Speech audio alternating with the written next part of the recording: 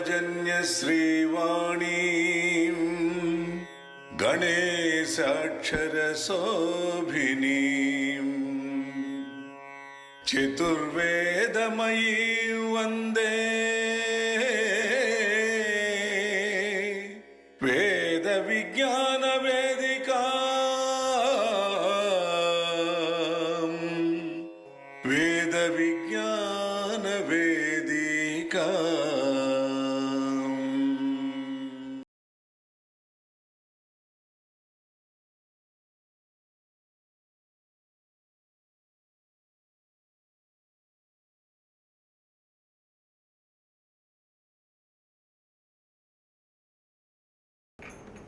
ఈరోజు సాహిత్యంలో సంశయావస్థ అనేటువంటి అంశంపై ఉపన్యసించవలసిందిగా మనం ఆహ్వానించి మన ఆహ్వానం మేర మన విన్నపం మేర పెద్దలు శ్రీ పొన్నపల్లి శ్రీరామారావు గారు నరసాపురం నుంచి విచ్చేశారు. వారిని వేదిక వద్దకు వచ్చి ఆసీనులు కావాల్సిందిగా సగౌరవంగా ఆహ్వానిస్తున్నాను.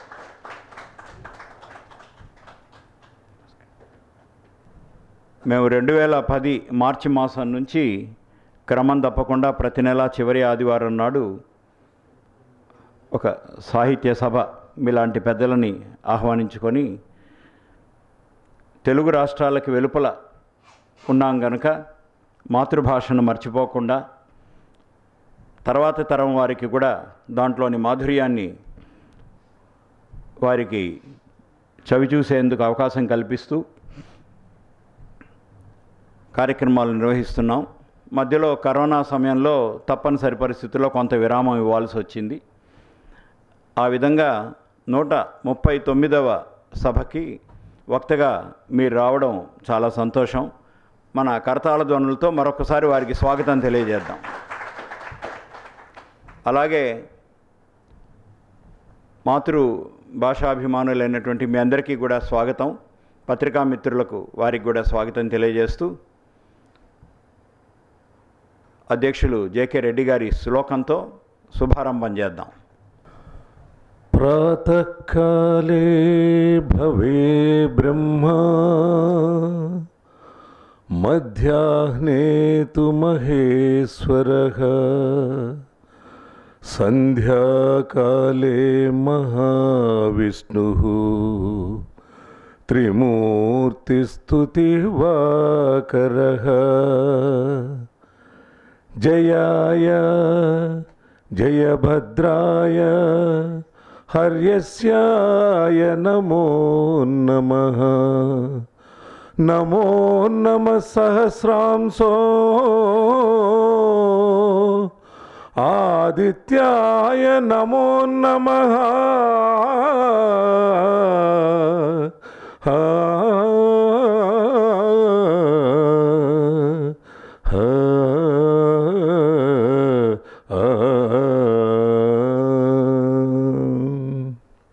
మరొకసారి అందరికీ స్వాగతం తెలియజేస్తూ ఈరోజు అంశం సాహిత్యంలో సంశయావస్థ.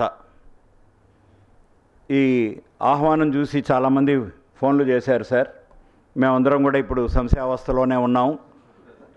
వారిని ఏమి మాట్లాడమని మీరు కోరారు, వారు ఏం మాట్లాడడానికి అంగీకరించారు అని.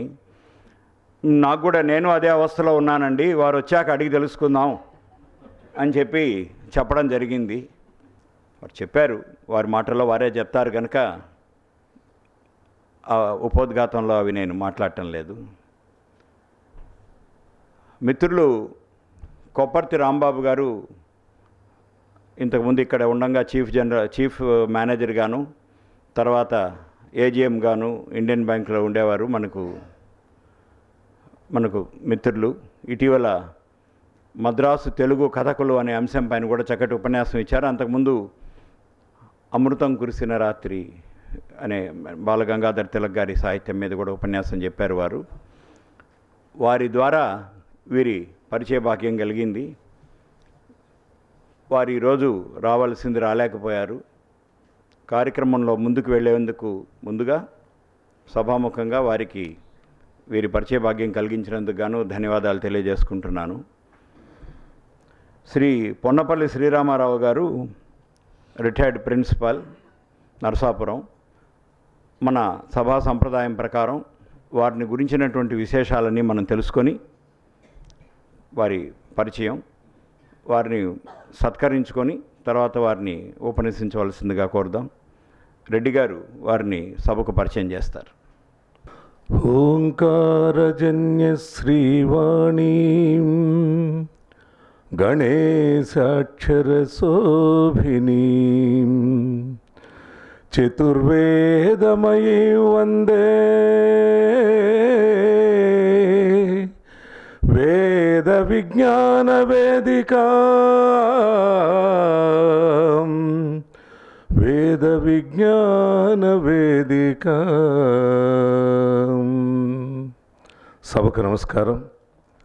తెలుగు తల్లికి నా నమస్సుమాంజలులు.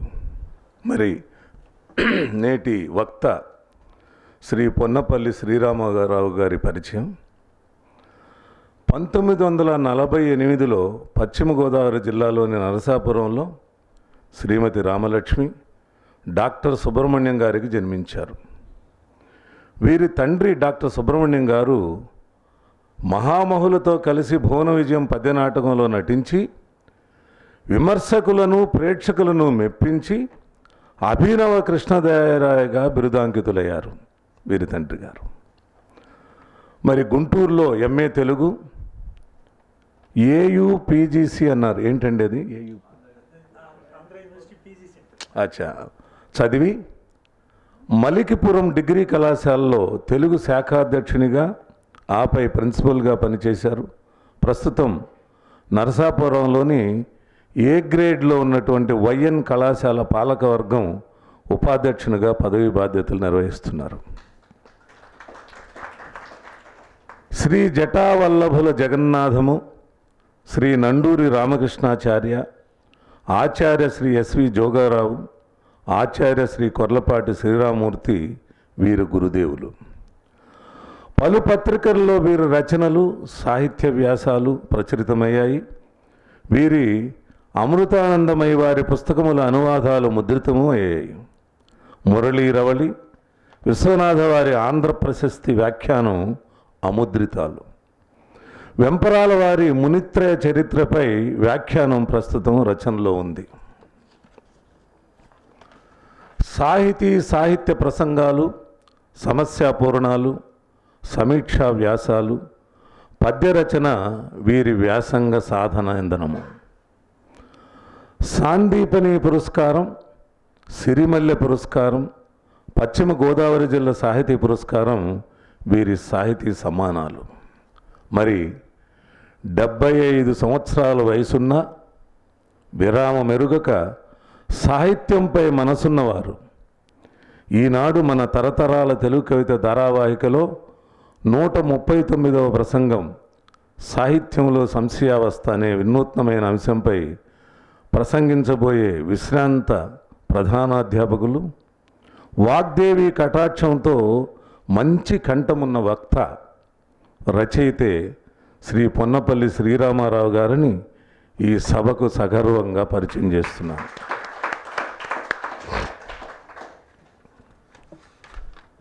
మరి ఆనవాయితీగా పౌరాణికాల నుంచి ఒక పద్యం.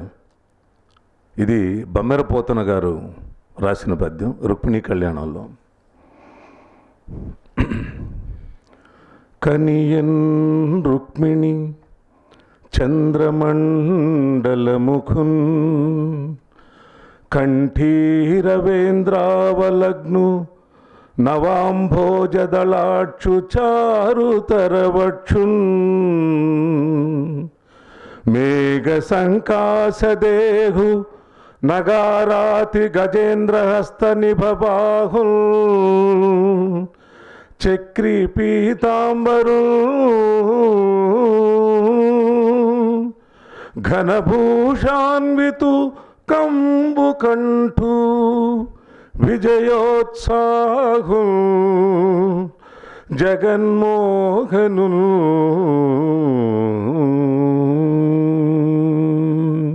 జూలై 29న ఆధునిక కవుల్లో అద్భుతమైన కవుల్లో ఒకరైనటువంటి డాక్టర్ సి నారాయణ రెడ్డి గారి జయంతి నిన్న. మరి వారిని స్మరించుకుంటూ వారు రాసిన తెలుగువారి మీద రాసిన ఒక పద్యం, చాలా ప్రాచుర్యం పొందిన పద్యం. పంచకట్టుట యందు ప్రపంచాన మొనగాడు, పంచకట్టుట యందు ప్రపంచాన మొనగాడు, కండువాలేనిదే గడప దాటని వాడు, పంచభక్ష పరమాణాలు కంచమందుండ, పంచభక్ష పరమాణాలు కంచమందుండ, గోంగూర కోసమే గుటకలేసెడివాడు, ఎవడయ్యవాడు ఇంకెవడు తెలుగువాడు, తెలుగువాడు. ఇదొక పద్యం. చివరిగా మరి మన అంశం సంశయావస్థ అన్నారు. నరాల రామారెడ్డి గారు కూడా వారి శుభాకాంక్షలు పంపించారు ఫోన్ వాట్సాప్ మెసేజ్ మూలకంగా. మంచి అంశం అండి అని పొగిడారు. దానికి ఒక 4 రోజుల క్రితం మధు గారు ఒక పద్యం పంపించారు నాకు. బమ్మెర పోతన గారు రాసిందే భాగవతం ఉంది. ఆ సంశయాత్మతం అది వారికి వినిపించి దానికి వివరం వారే చెప్పాలి. మీకు అందరూ తెలుసు అది. నాగులం పన్ని శర్మ గారు. పలికెడిది భాగవతము అట పలికించు విభుండు రామభద్రుండు, అటనే పలికిన భవహరమగును, అట పలికెద వేరొండుగాద పలుకగనేలా. ఇది కూడా సంశయ వస్తున్న పద్యమే. దానికి వివరం వాళ్ళు తెలుపుతారు. నమస్కారం. ఉపన్యాసకుల వారిని వేద విజ్ఞాన వేదిక నూతన వస్త్రాలు బహుకరించి సాలువతోనూ మన అందరి తరఫున జ్ఞాపిక బహుకరించి సత్కరించుకుందాం.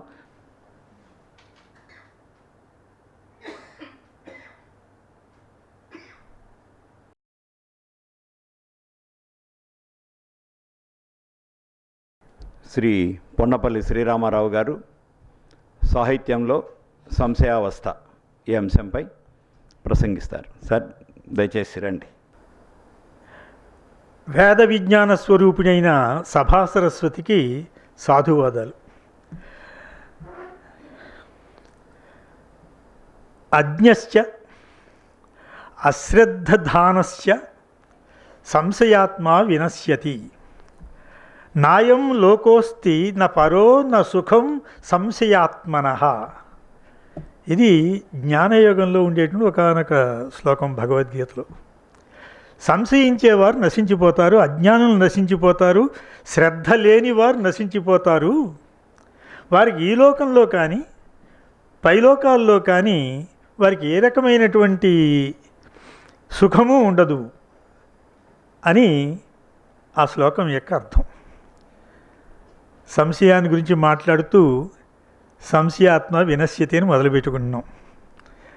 విచిత్రం ఏమిటంటే ప్రార్థన నుంచుని చేయాలా కూర్చుని చేయాలా అని ఒకానొక సభకి అనుమానం వచ్చింది ఇటండి.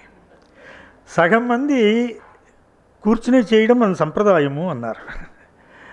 ఇంకొక సగం మంది అబ్బెబ్బే నుంచుని చేయడమే మన సంప్రదాయము అన్నారు.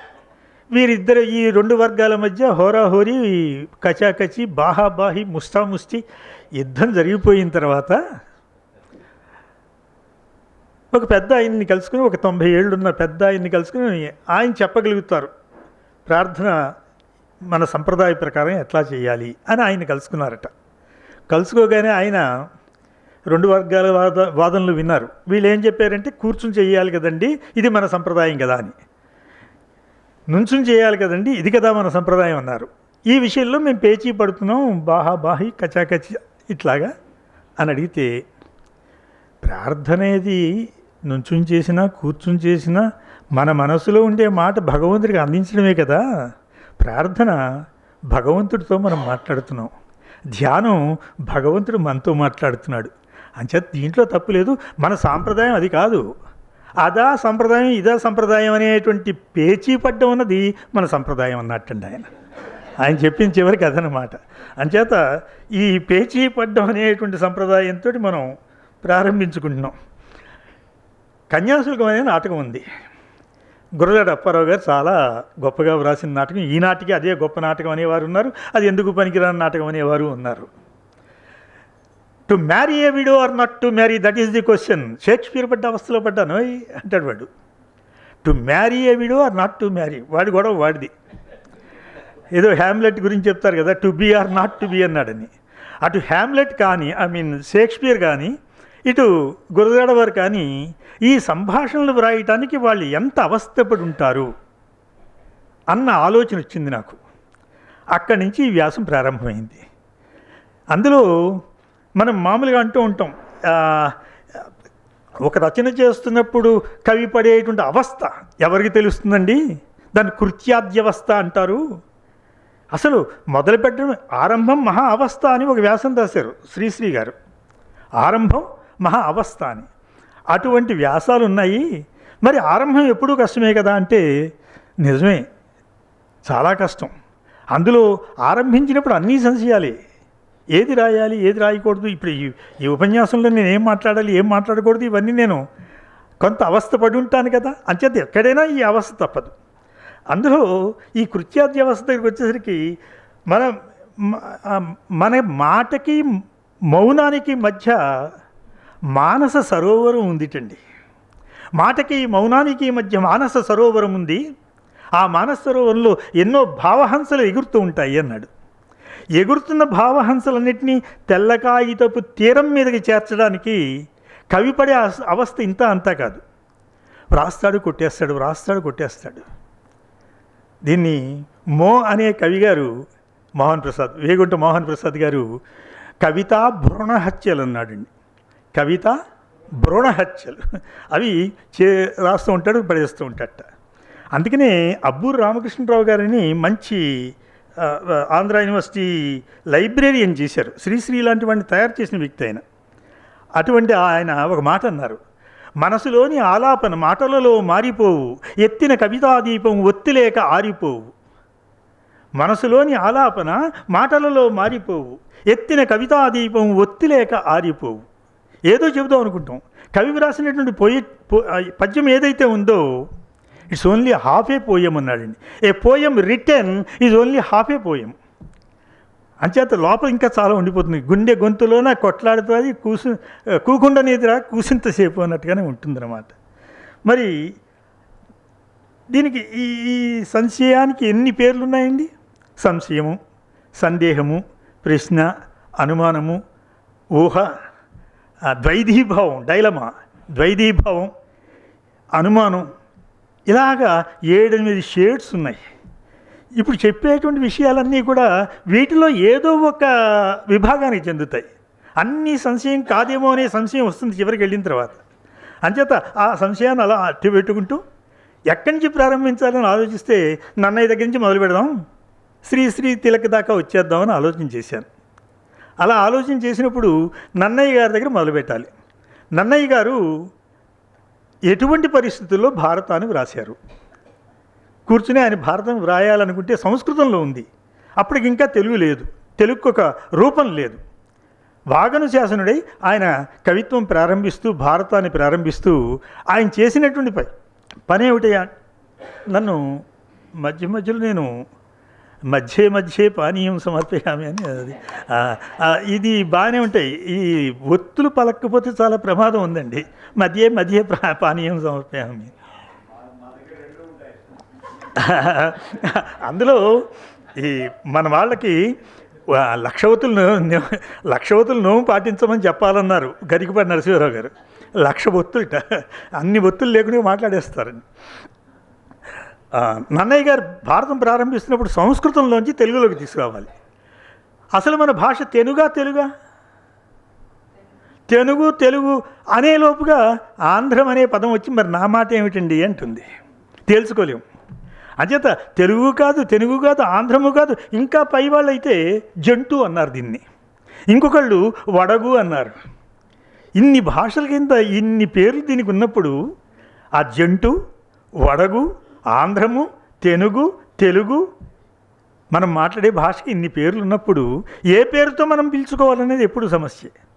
నన్నయ్య గారు ఈ తెలుగులోకి రాస్తున్నప్పుడు ఆయనకు వచ్చినటువంటి పెద్ద సమస్య ఏమిటి అంటే ఏది సంస్కృతంలోంచి తీసుకోవాలి, ఎంతవరకు తీసుకోవాలి, దాన్ని ఎట్లా మార్చాలి, ఆ మార్చిన దాని యొక్క ఔచిత్యాన్ని ఎట్లా పాటించాలి, ఎంత సమస్య మనం ఊహించవచ్చు. పోనీ రాసిందాకా ఉండి ప్రజలు ఆమోదిస్తారా, రాజుగారు ఆమోదిస్తారా, లేకపోతే పండితులు ఆమోదిస్తారా? పరమ వివేక సౌరభ విభాసిత పండితులు ఉన్నారు, వాళ్ళంతా అంగీకరిస్తారా లేదా? ఇది నన్నయ్య గారికి వచ్చినటువంటి సమస్య అనిపించింది. మరి ఆయన తిన్నగా భారతం ప్రారంభిస్తూనే ఒక అనుమానం వ్యక్తం చేశారు. చెప్పాను కదా, సంశయమే అనుమానమే సంశయము. ఆయనకు వచ్చిన సమస్య ఏమిటి అంటే అమలిన తారకాసముదయంబుల నెన్నను బుద్ధిబాహు విక్రమమున దుర్గమార్ధకిల గౌరవ భారతీ సముద్రము దరియంగనీయదను సర్వవేద శాస్త్రముల అశేష సారము ముదంబున పొందను విధాత్రునకైనను నేరబోలినే. నేను ఇన్ని చేయగలనా, అనంతమైన నక్షత్రాలు లెక్క పెట్టగలనా, వేదాంగాలు చదవగలనా, లేకపోయినట్లయితే భారతం అనేటువంటి మహాసముద్రాన్ని నేను ఈదగలనా? నేను కాదు, కవిబ్రహ్మ సైతం ఈదలేడు. విశ్వనాథ సత్యనారాయణ గారు ఋషివంటి నన్నయ్య రెండవ వాల్మీకి అన్నారు. అంచేత ఆయన అన్నమాట జరుగుతుంది. నేను చేయలేను సరి కదా, కవిబ్రహ్మకు కూడా సాధ్యం కాదనంటే కవిబ్రహ్మ బిరుదాంకితుడు తెలుగులో తిక్కనామాచ్యుడు, ఆయనకు కూడా సాధ్యం కాల. మళ్ళీ ఎర్రన్న గారు వచ్చి ఆ ముక్క కలపవలసి వచ్చింది, భారత కావ్యహారాన్ని. ఆయన పోనీ నన్నయ్య గారు సృష్టించినటువంటి పాత్ర ఎలా ఉందో చూద్దామండి. కచదేవి అని కథ ఉన్నది. కచదేవి అని కథలో కచుడు బృహస్పతి యొక్క కుమారుడు శుక్రాచార్య వారి దగ్గర వచ్చి మృత సంజీవిని విద్య కావాలి అని అడగడం కోసం వచ్చాడు. ఆయన మృత సంజీవిని విద్య ఆయన నేర్పాలి. అది నేర్చుకుని వెళ్ళి దేవతల్ని, అప్పటికి ఇంకా అమృత మథనం జరగలేదన్నమాట, బ్రతికించుకోవడానికి పనికొస్తుంది. ఈ వ్యవహారంలో ఆయన కచుడు శుక్రాచార్య వారికి వచ్చి నమస్కరిస్తే ఆయన చదువు చెప్పడం ప్రారంభించారు. సరిగ్గా రాక్షసులు ఇది గమనించి ఇతడు మన దగ్గర నుంచి విద్యలు పట్టుకుపోవడానికి వచ్చినటువంటి బృహస్పతి కుమారుడు కాబట్టి వీడిని చంపి కాల్చేశారు. శుక్రాచార్యుల వారికి సాయంత్రం అయ్యేసరికి మద్యపానం చేసే అలవాటు ఉంది. ఆయన మద్యపానం చేసి కూర్చున్నాడు. ఆయన కచుడిని ప్రేమించినటువంటి ఆవిడ శుక్రుని యొక్క కుమార్తె, ఆవిడ పేరు దేవయాని. ఆవిడ అలా వచ్చి, కచుడు రాలేదు, సాయంత్రం అయిపోతున్నది, తండ్రికి చెప్పాలి, నీ ఇంట్రెస్ట్ ఏమిటని అడుగుతాడు కదా, నీకేమిటి ఆసక్తి? అంచేత ఆ తండ్రి దగ్గరికి వచ్చి వాడి మయూఖములు కలుగు వాడ అపరాంబుది గురుంకే అన్నది. అయితే ఏమిటన్నట్టుగా చూశాడు, అతనికి ఏం తెలియట్లా. సూర్యుడు అస్తమించాడు. మళ్ళీ వెళ్ళింది లోపలికి, మళ్ళీ బయటకు వచ్చింది. బయటకు వచ్చి ధేనువులు నేడిట వచ్చిన ఏకతమ, ఒంటరిగా వచ్చేసే ధేనువులు, హోమధేనువులు, వాటిని కాపుగా వెళ్ళినటువంటి కచుడు రాలేదు, అది చెప్తున్నది ఆవిడ. కానీ అలా చెప్పకుండా, కచుడు రాలేదని చెప్పకుండా ధేనువులు నేడిట వచ్చిన ఏకతమ, అతడు ఏం మాట్లాడలా. మళ్ళీ వచ్చి మళ్ళీ అడిగిందండి, నిష్ఠమయ్యన్ భవద అగ్నిహోత్రములు పోడిగ వ్రేలవగా బడియే, ఎంతో నిష్ఠగా చేస్తావు కదా, నీ అగ్ని కార్యములన్నీ ఈనాటికి ముగిసిపోయాయి, ఇంకా శిష్యుడికి పాఠం చెప్పవలసిన కర్తవ్యం ఉంది. నీ శిష్యుడు ఇంకా రాలా పాఠం చెప్పడానికి, అది గమనించావా? అయినా పట్టించుకోలేదు. ప్రొద్దుని పోయే, చాలా ప్రొద్దుపోయిందే అంటోంది, అయినా పట్టించుకోలే. కచుండి నేనివన్ రాడు, ఇంకెలా సంశయాలతో కూర్చోవడం కుదరదు. అంచేత కచుండి నేనివన్ రాడు, వనంబులోన మృగరాక్షస పన్నగ బాధ నందెను అన్నది.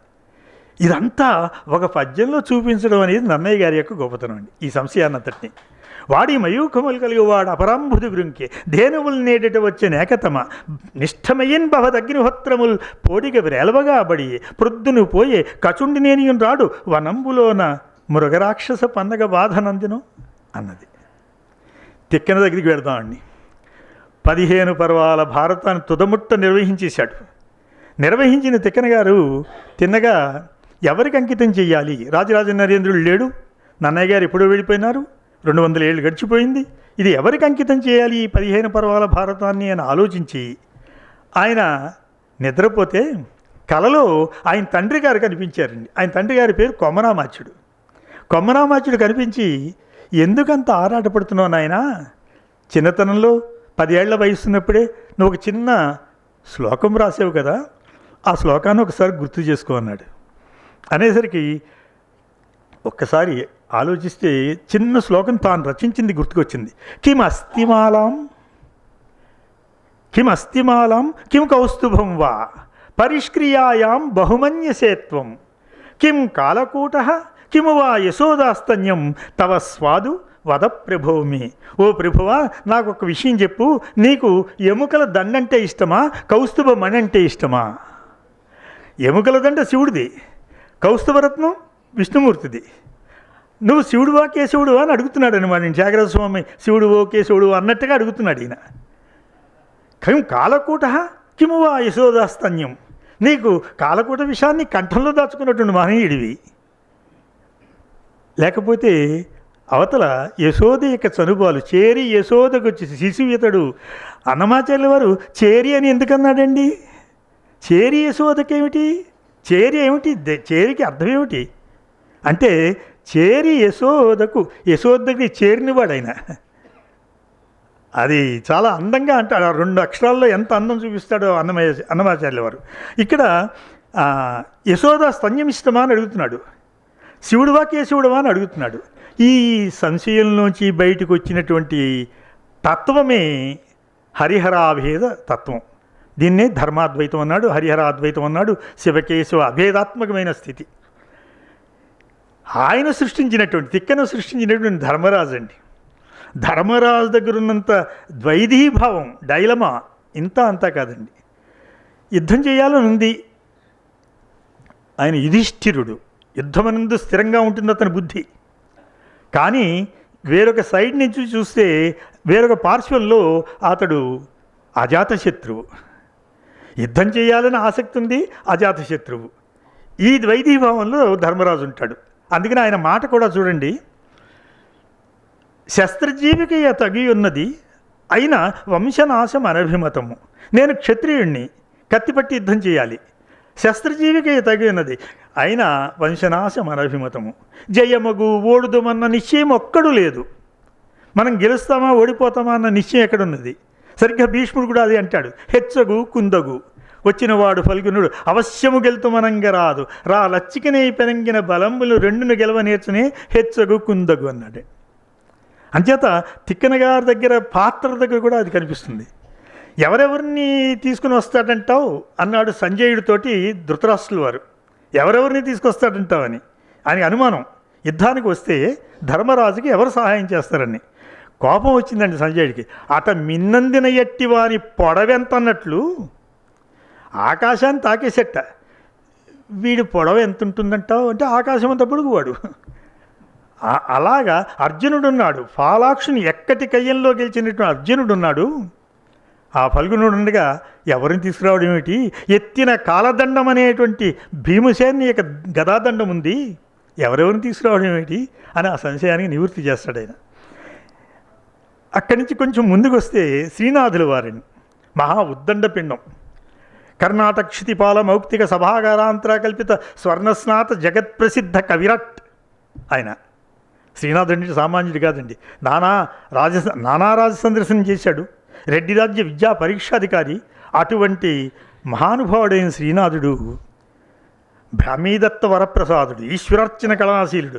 అటువంటి శ్రీనాథుడు ఎటుల మెప్పింతో ఇంక మీద రావుసింగ మహీపాలు ధీవిశాలు నిండు కొలువున నెలకొనియుండి నీవు సరస సద్గుణ నికురంబ శారదాంబ. నువ్వు ఎలా గెలిపిస్తావు ఇప్పుడు? ఎందుకంటే దీనారటంకాల తీర్థమాడించింది దక్షిణాదీసు ముత్యాలశాల. పలుకు తోడైతి నైషధ గ్రంథ మహాకావ్య నైషధ గ్రంథ సందర్భమునకు పగులగొట్టించి దుద్భట వివాద ప్రౌఢి గౌడడిండిమ భట్టు కంచుడక్క చంద్రభూషణ క్రియాశక్తి రాయల యొద్ద పాదుకొల్పితి సార్వభౌమ బిరుదము. ఎటుల మెప్పించదో ఇంక నన్ను మీద ఇన్ని గెలిపించావు నన్ను, ఇప్పుడు నన్ను ఎలా గెలిపిస్తావు?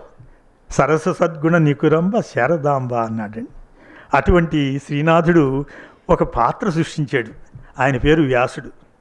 ఆ పాత్ర పురాణాలన్నీ రచించిన వ్యాసుడు 300 మంది శిష్యులతో కాశీనగరానికి వెళ్ళాడండి. కాశీనగరానికి 300 మంది శిష్యులు. ఈ 300 మంది శిష్యులతో వెళ్ళి తన గొప్ప చూపిద్దాం అనుకున్నాడు. ఈశ్వరుడి దగ్గర నాకు ఎంత ఇది ఉందో చూడని. వారం రోజుల పాటు వారికి తిండి దొరకలేదు, పస్తులు ఉన్నారు. కాశీఖండంలో 3 రోజులే ఉన్నారు, భీమఖండంలో 7 రోజులు ఉన్నారు. ఆయన అదే కథని 2 చోట్ల చెప్తూ 3 రోజులు 7 రోజులు మార్చారు. 7 రోజుల పాటు తిండి లేక మలమల మాడిపోయి ఇంకా లాభం లేదు అనిపించింది. ఇంకా ఆకలి బాధ తట్టుకోలేక నీళ్లు తీసుకున్నాడు. తీసుకుని మా భూత్రైపూరుషి ధనం, మా భూత్రైపూరుషి విద్య, మా భూత్రైపూరుషి ముక్తి, కాశ్యాం నివసతాం సదా. కాశీలో నివసించే వారికి విద్య, ధనము, ముక్తి ఉండకుండుగాక అనబోతున్నాడండి. ఆయన శాపం ఫలిస్తుంది. శివుని ఇల్లాలు కాశీనగరం అంటే. అలా పట్టుకోగానే ఆగునాయన అని గొంతు వినిపించింది. అటు తిరిగి చూశాడు. విశాలాక్షీదేవి, అన్నపూర్ణాదేవి. ఆవిడ ఏమిటి తిండికి ఇంత మాత్రం లోటుంటుందా కాశీనగరంలో, దానికే చెప్పించేస్తావా అంటే, మరి వారం రోజుల నుంచి తిండి లేకపోతే చెప్పించడు, నువ్వు మా ఇంటికి భోజనానికి రా, నీకు మంచి భోజనం పెడతానన్నది. ఆయన కలిగిన ఆనందం ఇంత అంతా కాదండి. ఆనందంతో పాటు సంశయం కూడా కలిగింది. ఏమిటి సంశయం అంటే, నా వెనకాల 300 మంది ఉన్నారు, మరి అందరికీ ఈవిడ భోజనం పెట్టగలదా లేదా, నేను ఒక్కడినేనా అని ఆగాడు.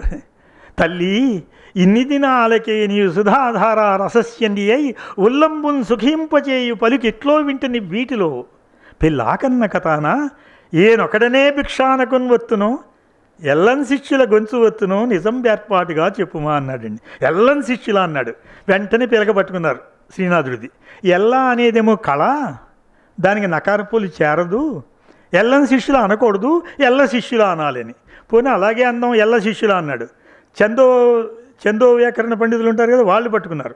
ఏమయ్య ఎల్ల శిష్యులు అంటే లన్న అక్కడ గురువు అవ్వాలి, నకారపులు లేకపోతే గురువు అవ్వదు, దీని సంగతి ఏమిటన్నారు. వారం రోజులు తిండి లేదండి, అక్కడ నకారపులు ఉంటుందా ఉండదా, ఈ సంశయం నాకెక్కడ కలుగుతుందన్నాడు ఆయన. ఇది ఆయన బాధ. ఇది వ్యాసుల వారికి పాత్రను సృష్టించినటువంటి శ్రీనాథుని యొక్క పద్ధతి అండి. శ్రీనాథు దగ్గర నుంచి కొంచెం ముందరకు వచ్చినట్లయితే పోతన గారు, ఇదిగో ఇప్పుడు మీరు ఆ పోతన గారి దగ్గరికి వచ్చేసరికి పోతన గారి దగ్గర చాలా సంశయాలు ఉంటాయండి. ఎందుకంటే ఆయనంత భక్తుడు మరొకడు లేడు కాబట్టి ఆయనకే సంశయం ఉంటుంది. కలడందురు దీనులయ్యడా, కలడందురు పరమయోగి గణముల పాలన, కలడందురు అన్ని దిశలను, కలడు కలండనిడి వాడు కలడో లేడో, ఉన్నాడా లేడా అని. అసలు నా వ్యాసం మొత్తానికి ఈ పద్యం కారణం. ఈ పద్యం చదివిన తర్వాత ఇలా వ్యాసం ఒకటి రాయొచ్చు అనిపించింది నాకు. ఇక్కడ కలడో లేడో అనే సంశయం కలిగింది ఆయనకి. ఈ సంశయంలో ఎవరికిది గజేంద్రుడికి కలిగింది. నీళ్లలోన మొసలి నిగిడి ఏనుగుబట్టు బయట కుక్కచేత భంగపడును, స్థానబలము కాని తన బలిమి కాదయ్యా విశ్వదాభిరామ వినురవేమ. అంచేత ఆ పద్యం మనకు తెలుసు కాబట్టి ఏనుగుని మొసలి పట్టుకున్నదండి. విడిపించుకోవడానికి ప్రయత్నం చేసింది ఏనుగు, కుదరలా. చాలా కాలం అది పోరాడింది. పోరాడి చివరికి ఇంకా ఎవ్వని చేజనించు జగమెవ్వని లోపల నుండు లీనమై ఎవ్వని ఎందుడిందు పరమేశ్వరుడెవడు మూలకారణెంబెవడు అనాది మధ్యలయుడెవడు సర్వము తానే అయిన వాడెవడు వాని ఆత్మభువు ఈశ్వరునే శరణంబు వేడేదన్నాడు. అటువంటి వాడు చివరిలో 18 పద్యాలలో ఆ చివరి పద్యం దగ్గర కలడు కలండనేడు వాడు కలడో లేడు. పోతన గారికే వచ్చిందా ఆ సందేహం అన్నంత బాగా అన్నాడండి. సరిగ్గా దీనికి సమాధానం ఎక్కడున్నది అంటే, ఉన్నాడా లేదా అనేదానికి ఇందుగలడందు లేడని సందేహం వలదు చక్రి సర్వోపగతుండి ఎందంది వెతక చూచిన అందందే కలడు ధనవగ్రని వింటే అనేటువంటి ప్రహ్లాదుని యొక్క భక్తుని యొక్క మొర దీనికి సమాధానం అవుతుంది. అయితే ముందర వస్తుంది ప్రహ్లాద చరిత్ర, తర్వాత వస్తుంది గజేంద్ర మోక్షం. సరే అదా ఉంచుదాం. ఇంకా రుక్మిణీదేవి కళ్యాణం అండి. ఆ రుక్మిణి ఇందాక కనియన్ రుక్మిణి అన్నారు. ఆ రుక్మిణీదేవి కళ్యాణం దగ్గర ఆవిడ అగ్నిద్యోతనుడు అనేటువంటి ఒక విప్రుణ్ణి, ఒక బ్రాహ్మణుణ్ణి ప్రణయ సందేశం తీసుకువెళ్ళమని కోరింది. ఎవరిని? కృష్ణుని దగ్గరికి ప్రణయ సందేశం అగ్నిద్యోతండు అనే విప్రుడు తీసుకెళ్ళాడు. వెళ్ళిన దగ్గర నుంచి అనుమానమే, వెళ్ళినవాడు సరిగ్గా వెళ్ళాడా లేదా, చెప్పడం సరిగ్గా చెప్పాడా లేదా. ఘనుడా భూసురుడేగెను నడుమ మార్గశ్రాంతుడై చిక్కెను విని కృష్ణుండిది తప్పుగా తలచును విచ్చేయును ఈశ్వరుణ్ణి అనుకూలింపతొలంచునో తలపడు, ఆర్యామహాదేవి నన్ను రక్షింపనిరుంగునో ఎరుగదో, నా భాగ్యం ఎట్లున్నదో అన్నదండి. నా ప్రయత్నం నెరవేరుతుందా లేదా, నా యత్నంబు సిద్ధించునో భగ్నంబై చనునో, విరించి కృతం ఎబ్బంగి నా యందు ప్రవర్తించును అని వితర్కించింది ఆవిడ. వితర్క కూడా దీంట్లోకి వస్తుందన్నమాట, మన సంశయావస్థలోకి. అనేసరికి ఆయన కృష్ణుడు రావటం తర్వాత కథ అంతా ఉన్నది. ఈ గజేంద్ర మోక్షం దగ్గరే, ఇందాక చెప్పుకున్న గజేంద్ర మోక్షం దగ్గరే తిన్నగా గజేంద్రుడిని రక్షించడానికి శ్రీహరి వెళ్ళిపోతున్నాడండి. వెళ్ళిపోతున్నప్పుడు సిరికించెప్పడు శంఖచక్ర యుగమున్ చేదో ఈ సంధింపడు, ఏ పరివారమున్ చేరడు అభ్రగపతిని పన్నింపడు, ఆకర్ణికాంతర్ధమ్మిల్లం చక్కనొత్తడు, వివాద వృద్ధత శ్రీకుచోపరిచి అలాంచలమైన వీడడు, గజప్రాణ అవనోత్సాహి. ఎవరికి చెప్పకుండా వెళ్ళిపోతున్నాడండి. ఇవి ఎక్కడికి పెడుతున్నాడని అడగడానికి ఎవరికి ధైర్యం చాలదు. ఆయన భార్యామణి లక్ష్మీదేవి వెనకాల వస్తున్నది. ఆవిడ కొంగి తన చేతిలో ఉన్నది, అంచేత రాక తప్పదు ఆవిడికి, లేకపోతే వెళ్ళిరండను టాటా. అలా కాకుండా ఎప్పుడైతే ఇలాగా ఆవిడ కూడా వస్తుందో ఆవిడికి చిన్న అనుమానం, అడిగితే చెబుతాడా లేదా అని. చెప్పకపోతే ఎట్లాగా, అడగకపోతే ఎట్లాగా, ఇవన్నీ ఉన్నాయి. ఆవిడ అడిగేది నన్ను కడుగుబడి, టంగ్ ట్విస్టర్స్ అంటాం. టంగ్ ట్విస్టర్స్ అంటే ఆ మాటలు పలకడానికి నాలిక ట్విస్ట్ అయిపోతుంది. అడిగేది నన్ను కడుగుబడిస్తాను, అడిగిన తను మగుడు నుడవడని నడయుడుగును, వెడవెడ చిడిముడి తడబడ అడుగుడు అడిగిడదు జడిమని అడిగిడు నెడలన్. అడుగు వేస్తోంది, అడుగు వెనక్కి తీస్తోంది, మళ్ళీ వేస్తుంది. జడిమ వెడవెడ చిడిముడి తడబడ అడుగుడు అడిగిడదు జడిమని అడిగిడు నెడలన్. ఇంతగా మించి సంశయావస్థ ఉంటుందని నేను అనుకోను. ఇందాక అన్న పలిగడిది భాగవతమట, పలికించు విభుండు రామభద్రుండట, నే పలికిన భవహరమగునట, పలికేద వేరుండు గాథ పలుకొగినేలా. చాలా డిస్కషన్ జరిగిపోయింది దాని మీద. ఆ డిస్కషన్ మీద అట అని చెప్పడంలో తప్పుగా అనిపించట్లేదు మనకి. అట అని చెప్పడంలో పలికెడిది భాగవతము, అట పలికించు విభుండు రామభద్రుండు, అట పలికిన భవహరమగునట అగును, అట పలికిదా వేరుండు గాథ పలికగనేలా. హాయిగానే ఉంది. అయితే అంతకు ముందు ఒక మాట ఉంది, వెరగుపడి అని. ఆయన ఈశ్వరుని సంకల్పం చేసుకున్నాడు. సంకల్పం చేసుకుని ఈశ్వరుని ప్రార్థిస్తుండగా ఆయనకు వచ్చినది ఏమిటి అంటే ఈశ్వరుడు సాక్షాత్కరించి, చాలా విచిత్రం అండి. పోతన గారు ఈశ్వర సన్నిధానం సంకల్పించుకుంటే రామచంద్రుల వారు కనిపించారట, కృష్ణుడికి అంకితం చేశాడండి. భాగవతాన్ని నా హారికి నందగోకుల విహారికి అంకితం చేశాడు ఆయన. కానీ ప్రతి ఆశ్వాసం మొదట కూడా శ్రీరాముల వారి గురించిన స్తోత్రం ఉంటుంది. రాముడు కృష్ణుడు ఆయనకి తేడా కాదు. అసలు కనిపించింది ఎవరయ్యా అంటే ఈశ్వరుడు. ఈశ్వర సన్నిధానం కల్పించుకుంటే శివుడు, కేశవుడు, రాముడు, కృష్ణుడు అందరూ ఒకటైపోయినారు ఆయనకి. అంచేత అలా ఈశ్వరుడు అనగానే ఆయన ఆశ్చర్యపోయి భాగవతం రచించమంటున్నాడు అని ఆశ్చర్యపోయాడు. కాబట్టి భాగవతము పలికెడిది భాగవతమట, పలికించు విభుండు రామభద్రుండట, నే పలికిన భవహరముగునట, పలికెది వేరుండు గాథ పలుకునేలా అని మొదటి నుంచి చెప్పుకున్న అర్థం చెప్పుకున్నా పర్వాలేదు. అట పలికిన భవహరమగునట, భవహరమగును, అట పలికెత వేరుండు గాథ పలుకునేలా అని చెప్పుకుంటే అధిక ఫలం అని ఏదో చెప్తారు మన వాళ్ళు. ఇంకొక అదనపు అర్థం మనకి లభిస్తోంది. మనకు రావాల్సిన డబ్బు కాక అదనంగా డబ్బు వస్తే ఎప్పుడూ ఆనందమే. అంచేత అధికంగా లభిస్తుంది. కాబట్టి మాడుగుల నాగభూషణ శర్మ గారికి మనం ఒక నమస్కారం చేసుకుంటూ, చక్కటి ఒక అర్థాన్ని మనకు వాళ్ళ తండ్రి గారు ఆయనకి ఇచ్చినటువంటి వరం కాబట్టి అవి మనం శిరసావహించవలసిన విషయాలు అవి. అందులో నాగభూషణ శర్మ గారు లాంటి మహానుభావుడు చెప్పిన మాట కాబట్టి మనం దాన్ని సంశయించడానికి వీల్లేదు. అది కూడా సంశయమే. ఈయన పోతన గారి దగ్గర నుంచి కొంచెం ముందరికి వెళితే ఆయన కంకంటి పాపరాజు గారండి. కంకంటి పాపరాజు గారు ఉత్తర రామాయణం రచించారు. అంటే వాల్మీకి ఆశ్రమం దగ్గర వదిలిపెట్టాడు సీతాదేవిని. గంగ దాటించి వదిలిపెట్టి రమ్మన్నాడు. ఆయన లక్ష్మణస్వామి తీసుకెళ్ళి దిగబెట్టి వచ్చేస్తున్నారు. అక్కడ ఆవిడ ఒక మాట అంటుంది, కళవళమంది తెలిపితివో కాక పరాకున తప్ప వింటివో, రాముడు నన్ను అడవిలో వదిలిపెట్టమన్నాడా? కళవళమంది సీతాదేవి అంటున్నది లక్ష్మణస్వామితోటి, కళవళమంది తెలిపితివో కాక పరాకున తప్ప వింటివో, కలనైనన్ రఘుద్వహుడు కానలలో నన్ను త్రోయ పంచుని. అడవికి నన్ను పంపిస్తాడా? ఎందుకంటే నేను అడవికి వెళ్ళినప్పుడు నేను ఆయనతో పాటుగా వెళ్ళిన దాన్ని. కానలలో నన్ను త్రోయ పంచుని తెలిసి గణింపు లక్ష్మణ మతిభ్రమయైనదో హా క్షమింపుము. నాకొక వెతబాటిలే, నీకొక భ్రాంతి ఉన్నది. ఇదివరకు ఒకసారి ఇలా అనుమానించి చాలా దెబ్బతింది. రావణాసుడు ఎత్తుకుపోయినాడు అప్పుడు. అంచేత ఇప్పుడు ఆవిడ ఒక నమస్కారం చేసి నీకొక మతిభ్రమం ఉన్నదా, ఎటువంటి వ్యక్తివి నువ్వు అని లక్ష్మణ్ని ఆవిడ కొనియాడుతుంది. లక్ష్మణుడు అంటే సామాన్యుడు కాదు కదండి. నాహం జానామి కేయూరి నాహం జానామి కుండలే నువ్వు ప్రేతో అభియానామి నిత్యం పాదాభివందనాత్. సీతాదేవికి పాదాలకి నమస్కరిస్తున్నాను కాబట్టి కాలి అందిలు నాకు తెలుసు. ఆవిడ జోకాలు కానీ మెళ్ళో పెట్టుకునేవి కానీ నాకు తెలియవు, కేయూరాలు కానీ నాకు తెలియవు అన్న మహానుభావుడు రామానుజుని యొక్క శీలం ఇంత అంత కాదు. రాముడు కూడా కొన్ని చోట్ల సరిపడేమో అనిపిస్తుంది ఆ కమిట్మెంట్లో నేను అంచేత సంశయం రాముడి మీద నాకు అసలు లేదు. తర్వాత కృష్ణదేవరాయల వారండి.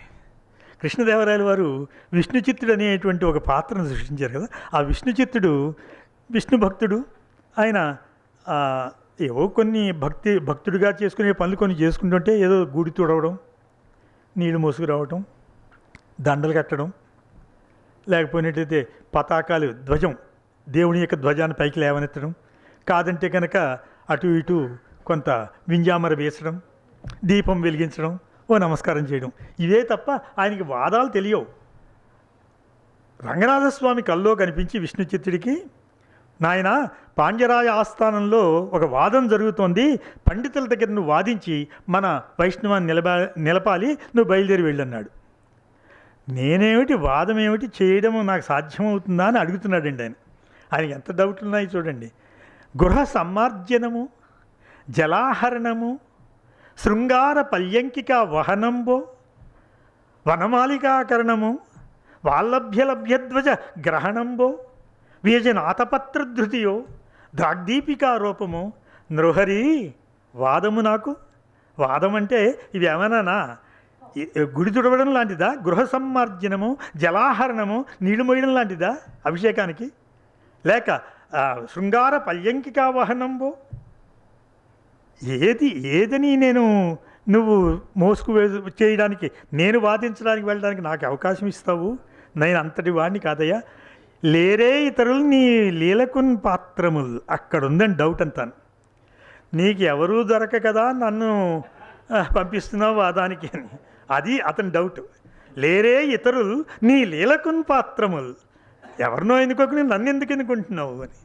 అది రాయల వారి యొక్క అనుమానాలు. ఇంకా కాళిదాసు గారండి. కాళిదాసు గారికి కూడా కొన్ని అనుమానాలు వచ్చాయట. ఎలాంటి అనుమానాలు వచ్చాయంటే, నవీన సాహిత్యమా ప్రాచీన సాహిత్యమా? మాళవికాగ్నిమిత్రం నాటకం రాస్తూ దాంట్లో అవతారికలో పీఠికలో దాన్ని ఏమంటాం, నాంది ప్రస్తావనలో ఒక శ్లోకం చెప్పారు. పురాణమిచ్చేవ నసాధు సర్వం నచాపి కావ్యం నవమిత్యవద్యం. పురాణమైన ప్రాచీనమైనంత మాత్రం గొప్పది కాదు, కొత్తగా వ్రాస్తున్నారు కదా అని ఎందుకు పనికిరాని చెత్తా కాదు. సంతః పరీక్ష్యాన్య అన్యతరద్భజంతే మూఢ పరప్రచేయనీయ బుద్ధి. ఎలా ఉంటుందయ్యా అంటే, తాను నిత్యము పండితుడైన వాడు ఆలోచిస్తూ ఉంటాడట, ఇది సమంజసం అవునా కాదా. సమంజసమైతే అది క్రొత్త అయినా పాత అయినా తాను స్వీకరిస్తాడు. క్రొత్త పాతల మేలు కలయికి కూడా స్వీకరిస్తాడు అవసరమైతే. అటువంటి కాళిదాస మహాకవి ఆ మాట అనేసరికి మూఢ పరప్రత్యయనీయ బుద్ధి, అవతల వాడు చెప్పిందే నమ్ముతూ వెళ్ళిపోయిన వాడు మూఢుడి కింద లెక్క అన్నాడు. పెర్ఫెక్షనిస్ట్ అండి కాళిదాస్ అంటే, సామాన్యుడు కాదు. ఎంత పెర్ఫెక్షనిస్ట్ అంటే, ఆయన చిన్న తప్పు ఎవరైనా మాట్లాడితే ఒక్క నిమిషం అది కాదు అని చెప్పేస్తాటండి. కాళిదాస్ దగ్గర ఆ లక్షణం ఉందిట. భోజరాజు ఆ లక్షణం తెలిసినవాడు. ఎప్పుడో కోపం వచ్చింది భోజరాజుకి. కోపం వచ్చి గెటౌట్ అన్నాడు, కాళిదాసుని బయట పంపించేసాడండి, వెళ్ళిపోయినాడు. కాళిదాసుకి ఏముంది, కవికి ఊరికే అంటారు ఆశ్రయం ఏదో కావాలని, ఎవరూ లేకపోతే తనొక్కడు పాడుకుంటూ వెళ్ళిపోతాడు. అంచేత ఇలా వెళ్ళిపోతున్నటువంటి ఆయనకి ఏం జరిగిందయ్యా అంటే, కాళిదాస మహాకవి కనిపించట్లేదు. సాయంత్రం అయింది. సాయంత్రం అయ్యేసరికి అక్కడికి వచ్చినటువంటి భోజరాజుకి సాయంత్రం అయింది, కవి లేడు, ఏం చేయాలి అని ఆలోచన వచ్చి, ఎక్కడో ఉంటాడు చూడండి అయ్యా, నేను పిలుస్తున్నాను చెప్పండి అన్నాడు. ఎక్కడా కనిపించలేదు, వాళ్ళకి కనిపించలేదండి అని. అయితే బయలుదేరండి, పల్లకి కట్టండి, నేను కూర్చుంటున్నానని పల్లకీలో కూర్చున్నాడు. పల్లకీలో కూర్చుని కాళిదాసును పట్టుకోవడం ఆయనకి బాగా తేలిక. ఎందుకంటే ఎక్కడ చిన్న తప్పు చెప్పినా వెంటనే వచ్చేస్తాడు. అంచేత ఎక్కడికి వెళ్ళినా బాధతి అని ప్రయోగిస్తున్నట్ట క్రియాపదాన్ని. అక్కడ సంస్కృత వ్యాకరణం ప్రకారంగా బాధతే అనాలట. బాధతే అనవలసిన చోట కావాలని చెప్పి, అది తెలుసునవాడే, సరస్వతి యొక్క అపరావతానం భోజ మహారాజు. అంచేత ఆయన ఏమంటున్నాడయ్యా అంటే బాధతి అంటున్నట్ట. ఎక్కడికి వెళ్ళినా ఎవడు కరెక్ట్ చేయట్లేదు, ఎందుకంటే తప్పని అందరికీ తెలుసు. కానీ భోజరాజు దగ్గర నువ్వు తప్పు మాట్లాడుతున్నావు అంటే తల ఉంటుందా? అంచేత ఎవరో ఆ సాహసం చేయట్లా. అప్పుడు ఈయన తిరిగి ఇంటికి పోదామని చెప్పి వెనక్కి తిప్పేసట బండి, ఇది రథం, ఇది పల్లకి. అప్పుడు అనుమానం వచ్చింది, పల్లకి మోస్తున్న నలుగురిలోనూ ఉన్నాడా అని. చూస్తే ఒక బోయి ఖచ్చితంగా కాళిదాసే తెలిసిపోతున్నాడు. ఈయన శ్లోకం చదివినప్పుడల్లా ఇలా ఇలా అంటున్నట్ట. అది గమనించాడు భోజరాజు. ఏమిటి ఇలా అంటున్నాడని చెప్పి, ఏమిటయ్యా ఈ సంగతి అన్నట్ట. అయం ఆందోళికా దండస్తవ బాధతి కిం భుజే. అయం ఆందోళికా దండ, ఈ కనిపిస్తున్న ఈ పల్లకి యొక్క కాడి తమకేమైనా బాధ కలిగిస్తుందో స్వామి అన్నాడండి. కాళిదాసు నాయం ఆందోళికా దండ తవ బాధతి బాధతే అన్నట్టండి. నాకు ఆ పల్లకి కాదు, నీ బాధతి ప్రయోగంతో నాకు మతిపోతుంది, బాధతే అను అన్నట్టండి. అప్పుడు మీరు కాళిదాసు అని చెప్పి ఆయన దిగొచ్చి ఆయన నమస్కరించి మళ్ళీ వెనక్కి సత్కారం చేసేట. విశ్వనాథ సత్యనారాయణ గారు అండి. విశ్వనాథ సత్యనారాయణ గారు రామాయణ కల్పవృక్షం రాస్తూ ఆయనకు ఒక డౌట్ వచ్చింది. ఏమిటయ్యా అంటే, మనం ఇది చెప్పిందాకా ఉండి అందరూ మెచ్చుకుంటారా మెచ్చుకోరా, పైగా మళ్ళీ రామాయణమా, కొన్ని వందల వేల రామాయణాలు వచ్చేసాయి. మన విజ్ఞాన సర్వస్వంలో ఇంతింత ప్రింట్లో 20 పేజీల దాకా ఉంటుంది రామాయణ వాంగ్మయం, పేర్లు అంత లిస్ట్ ఉన్న దాంట్లో ఈంది ఒక రామాయణం కల్పవృక్షం అనేసరికి రామాయణ కల్పవృక్షం ఈయన రాస్తూ మరల ఇదేల రామాయణమన్నచో, మరల ఇదేల రామాయణమన్నచో ఈ ప్రపంచకమెల్ల ఎల్లవేళ చేసిన సంసారమే చేయుచున్నది, చేసిన సంసారమే చేయుచున్నది, తిన్నన్నమే తినుచున్నది, తన రుచి బ్రతుకులు తనవిగాన, తన అనుభూతి తనదిగాన. ఎందుకు మళ్ళీ రామాయణం చెప్తున్నానంటే నాకు ఇష్టమైంది నేను చెబుతున్నాను. తలచిన రామునే తలచెద, అందరూ రాముణ్ణి కొలుస్తున్నారు, నేను కొలుస్తాను రాముణ్ణి, నా పద్ధతిలో నేను కొలుస్తాను, మీకెందుకు డౌటు అన్నాడు. సరిగ్గా ఈ డౌట్ అనేసరికి నాకు ఆవిడ జ్ఞాపకం వస్తుందండి. సత్యభామాదేవి. సత్యభామాదేవి కృష్ణుణ్ణి చేయవలసిన సత్కారం చేసింది. జలజాతాసన వాసవాది సురపూజ భాజనంబై తనర్చు లతాంత ఇది కన్నదండ్రి శిరం అచ్చో వామపాదమున, ఎడంకాలతో కూడా మామూలుగా కాదు, ఎడమకాలతో తన్నిందండి ఆవిడ. తాచినది నాకు మననయ అన్నాడు ఆయన. అటువంటి ఆవిడ మొట్టమొదట రుక్మిణీకాంత తన గురించి ఏదో మాట్లాడింది, నారదుడేదో అన్నాడు, సత్య గర్వం ఇంకా చెల్లదన్నాడు.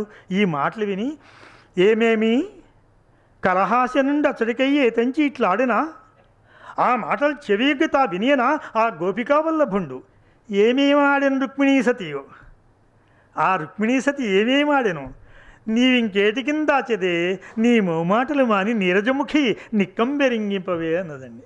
చెలికత్తిని బతిమాలుతోంది, నిజం చెప్పు, ఇంకా ఏదో అని ఉంటారు వాళ్ళని. ఈ అవుట్ సామాన్యమైనది కాదండి, పెద్ద లక్ష్మీ అవుట్ అంటాను చూడండి, అవుట్లు ఉండేవి దీపావళి నాడు, ఆ అవుట్ లాంటి డౌటు ఆవిడ దగ్గర నుంచి బయలుదేరింది. సరిగ్గా మనకి ఇలా ఉండగా త్యాగరాజస్వామి వారు, ఆయన శివుడు కేశవుడు ఇందాక అనుకున్నాం కదా, అదే కాకుండా రాముని నిధి చాలా సుఖమా, రాముని సన్నిధి సేవ సుఖమా అన్నాడండి. ఆయన డౌట్లో పడిపోయాడు, నిధి చాలా సుఖమా, రాముని సన్నిధి సేవ సుఖమా అని. అంచేత ఎవరికైనా ఈ డౌట్స్ వస్తూనే ఉంటాయి. మనకి పూర్వకాలం సామెతలు ఉండేవి. సామెతల్లో ఏ పుట్టలో ఏ పాముందో, ఏ పుట్టలో ఏ పాముందో, ఇది ఒక డౌటే. ఏ పుట్టలో ఏ పాముంది అనేది సంశయావస్థకి సంబంధించింది. ఇంకొకటి ఉన్నదండి, ఏ పుట్టలో ఏ పాముందనే కాదు, సంస్కృతంలో న్యాయాలు ఉన్నాయి. న్యాయాలంటే ఇప్పుడు భ్రమర కీటక న్యాయం అని ఒక న్యాయం ఉంది. తుమ్మెదట ఒక కీటకాన్ని పట్టుకుని దాని చుట్టూ తిరుగుతుంది ఇటండి. ఇలా తిరగడం చేత కొంతకాలానికి ఇది కూడా మ్యాగ్నెటిక్ ఇండక్షన్ ఏదో అంటారు ఇంగ్లీష్లో, అది దానికి వచ్చి ఆ కీటకం కూడా భ్రమరం కింద మారిపోతుందిట. అంటే 10 మంది భక్తులతో మనం తిరుగుతుంటే మనకి భక్తి వచ్చేస్తుంది, 10 మంది చెడ్డవాళ్ళతో తిరుగుతుంటే మనకి కొంత కాకపోతే కొంతైనా అలవడతాయి కొన్ని గుణాలు. అంచేత ఈ భ్రమర కీటక న్యాయం అంటారు. ఇలాంటి న్యాయాలు కొన్ని ఉన్నాయండి.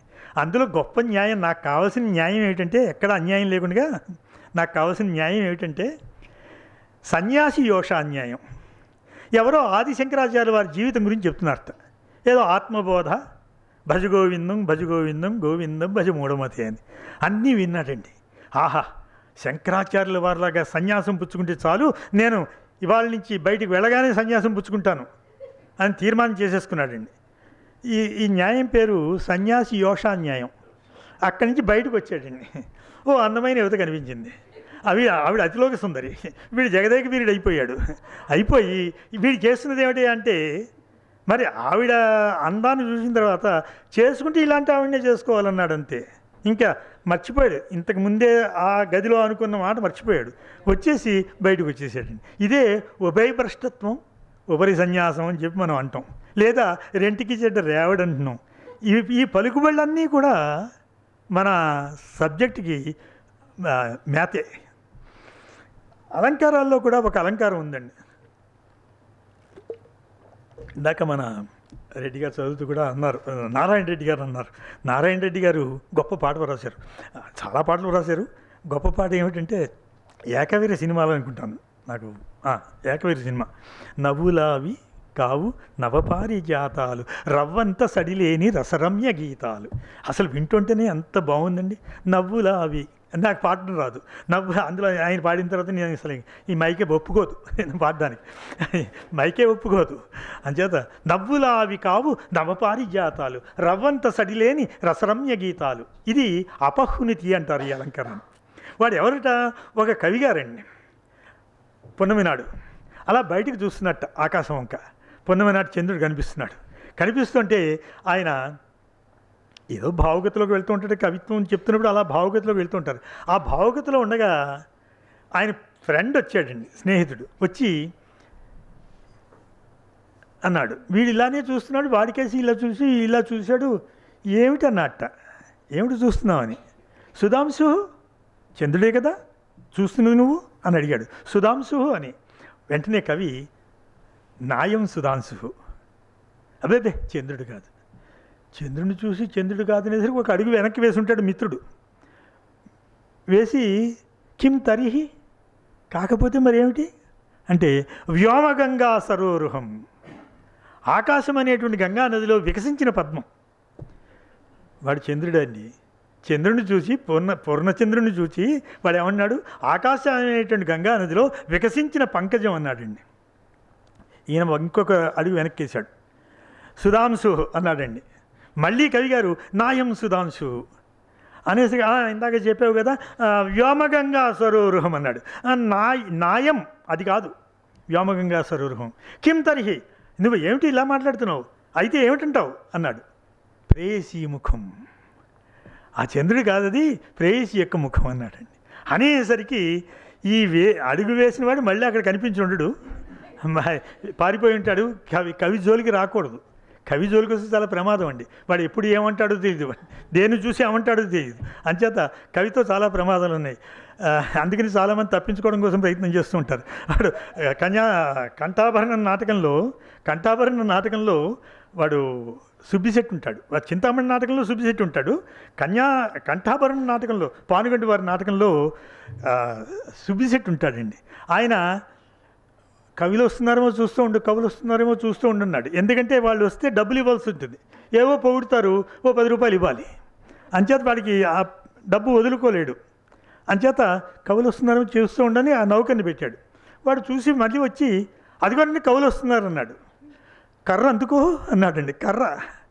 కవులు వస్తున్నారంటే కర్ర అందుకో అంటే అర్థం ఏమిటి? వీడు వెళ్ళిపోవడానికి కర్ర పుచ్చుకుని వెళ్ళిపోతాడు వీడు, అంతేకాని కవులను కొట్టడానికి మాత్రం కాదు. అంచేత ఆ కవులు అనేసరికి అట్లా ఉంటారు. ఈ కవి గారు ఇంతకీ ఈ అలంకారం దగ్గర మనకు కావాల్సిన సంశయం వస్తుంది. నాయం సుధాంశు కిం తరిహి, నవ్వులు కావు మరేమిటి, నవపారిజాతాలని. ఇంకా ఇంకొంచెం ముందరికి వెళ్తే నాకు టైం మళ్ళీ మీరు కొంచెం చెబుతూ ఉండాలి, ఇంకా ఉంది కదా. ఆయన మనం నిత్య జీవితంలోనండి ఎప్పుడైనా టైం అడగండి, ఏమంటే ట్రైన్ టైం ఎన్నింటికనండి అని. 8 అనుకుంటానండి. 8 అనుకుంటానంటే మనం 8ంటికి వెళ్ళాలా అక్కర్లేదా? ఎలా తెలుస్తుంది మనకి? ఎవరు చెప్తారు? పొద్దున వస్తున్నప్పుడు ట్రైన్లో ఆయన ఎవరో టైం అడిగారు, టైం ఎంత వేస్తారు అని. 9:10 అన్నాను.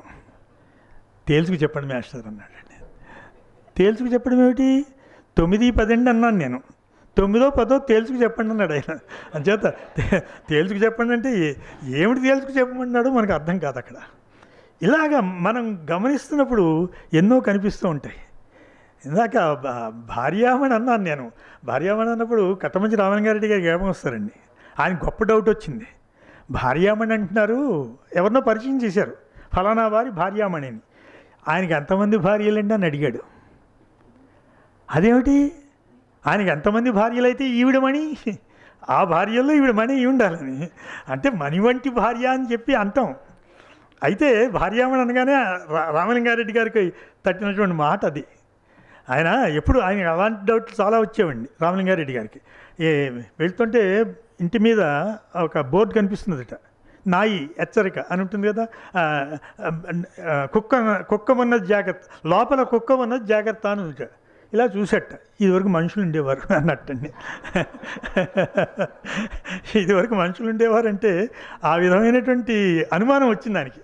ఇది ఎంతవరకు మనం తీసుకోవాలని. చివరికి నేను ఇంచుమించుగా ముగింపుకు వస్తున్నాను ఈ టాపిక్లో. నాకు ఆధునిక కాలంలో ఉండేటువంటి కొంతమంది కవుల గురించి కావాలండి. అందులో నాకు శ్రీశ్రీ గారు అంటే చాలా ఇష్టం. అంచేత శ్రీశ్రీ గారు అనగానే ఇష్టం లేని వాళ్ళు ఉండరు. ఆయన కమ్యూనిజం ఒకటి ఇష్టం ఉండదు తప్ప ఆయన కవిత్వం చాలామందికి ఇష్టమే. ఎందుకంటే స్పార్క్ ఉన్న కవి, మంచి స్ఫురణ ఉన్న కవి. ఆయన్ని అడిగారట, ఏదైనా ఒక నాటిక రాయకూడదా అని. తప్పక వ్రాస్తాను ఏ నాటికైనా అన్నాడు. తప్పక వ్రాస్తాను ఏ నాటికైనా అని. చెప్పులు లేకుండా నడుస్తున్నట్టు పాండీ బజార్లో చెప్పులు లేకుండా నడుస్తుంటే జలసూత్రం పుణ్యాన శాస్త్రి గారు, ఏమిటి చెప్పులు లేకుండా ఎండలో నడుస్తున్నావు శ్రీశ్రీ, ఏమిటి నీ బాధ, ఏం డబ్బులు లేవా, ఏమిటి, ఏమైంది అని అడిగాడండి. చెప్పుకున్నట్టుగా ఏమీ లేదన్నాడండి. చెప్పుకున్నట్టుగా ఏం లేదని. చాలా మంచి స్పార్క్ ఉన్న కవి శ్రీశ్రీ గారు అనేసరికి ఆయన ఒక మాట అన్నారు, వెన్నెల పేరెత్తితే చాలు వెర్రెత్తిపోతుంది మనసు. సదస సంశయం అని ఒక కవిత రాశారండి. ఖడ్గ సృష్టి అనే పుస్తకంలో దానికి సాహిత్య అకాడమీ అవార్డు వచ్చింది. దాంట్లో సదస సంశయము, సత్ అసత్ సంశయం ఆయనకి. అందులో ఒక మాట అంటారు, ఇంతకీ ఒక సకలేంద్రియాతీత శక్తి ఉన్నట్టా లేనట్టా, ఒక సకలేంద్రియాతీత శక్తి ఉన్నట్టా లేనట్టా అని. అంటే సరిగ్గా పోతన గారికి వచ్చిన డౌటే, కలడు వాడు కలడు లేడు. ఇదే డౌటు ఆధునిక కాలంలో వస్తే ఇంతకీ ఒక సకలేంద్రియాతీత శక్తి ఉన్నట్టా లేనట్టా. తరతరాలు గడిచిపోయినవి కానీ ప్రశ్నలాగే ఉన్నదన్నాడు. ప్రశ్న మాత్రం ప్రశ్నలాగే ఉందిట. ఏవి తల్లి నిరుకుసిన హిమ సమూహములు, చక్రవర్తి అశోకుడెచ్చట, ఆది జగద్గురు శంకరుడెచ్చట, రుద్రమాంబ భద్రకాళి లోచనోజ్వల రోచులేవి, ఏవి తల్లి కృష్ణరాయిని బాలచంద్రుని బ్రహ్మరాయిని ప్రాణవాయువులేవి తల్లి, ఏవి తల్లి నిరుడు కృష్ణ హిమ సమూహములు, పసిడి రెక్కలు విసిరి కాలం పారిపోయిన జాడలేవి, ఏవి తల్లి నిరుడు కృష్ణ హిమ సమూహములు అన్నాడండి. ఆయన సంధ్యా సమస్యలని మహాప్రస్థానంలో ఖండిక రాశారు. ఆ ఖండిక ఎలా ప్రారంభమవుతుందంటే, ఆ సాయంత్రం అసలు ఖండిక ప్రారంభమే ఆ సాయంత్రం రాక్సీలో నార్మా షేరర్, బ్రాడ్వేలో కాంచనమాల. ఎటకేగుటో సమస్య తగిలింది ఒక విద్యార్థికి. మన ఊళ్ళో ఉండే సినిమా హాల్స్ ఇవి. రాక్సీలో ఇప్పుడున్నా లేవో నాకు తెలియదు. రాక్సీలో నార్మా షేరర్, బ్రాడ్వేలో కాంచనమాల, ఎటకేగుటో సమస్య తగిలింది ఒక విద్యార్థికి. అదే సాయంత్రం ఉడిపి శ్రీకృష్ణ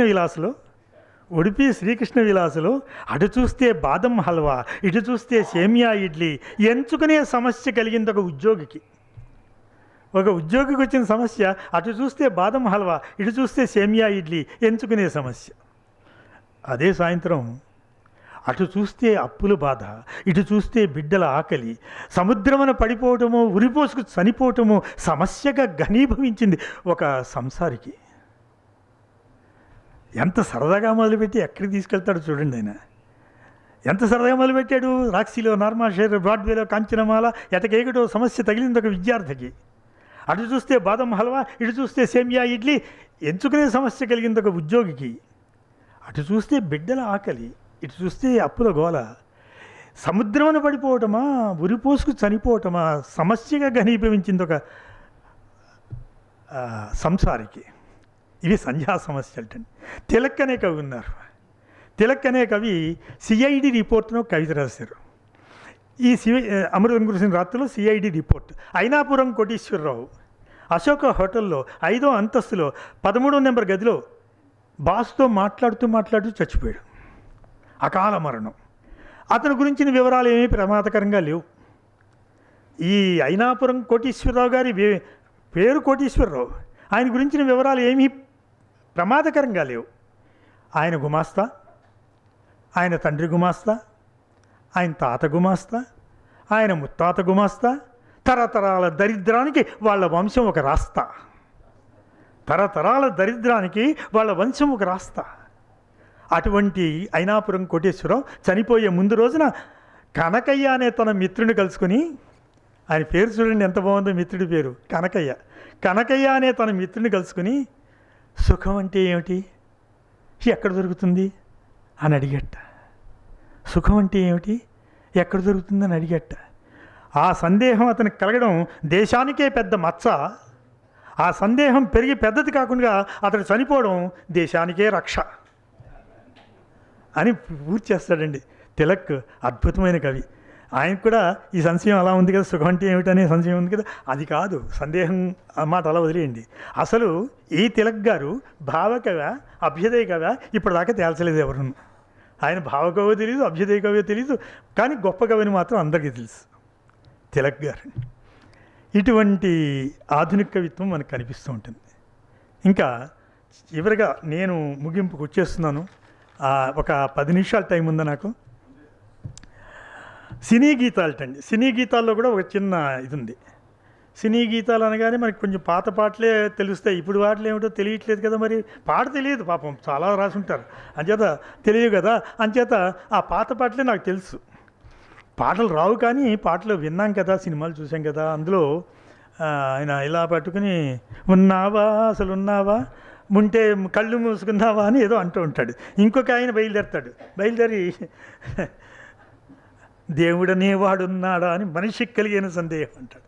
అంచేత ఒకరికి ఆ సందేహం దేవుడనేవాడు ఉన్నాడా అని, మనిషి అనేవాడు ఉన్నాడని దేవుడికి వచ్చింది సందేహం, దేవుడు అనేవాడు ఉన్నాడని మనిషికి కలుగుతూ ఉంటుంది. సందేహం లేనిదే ఈ ప్రపంచమే లేదు.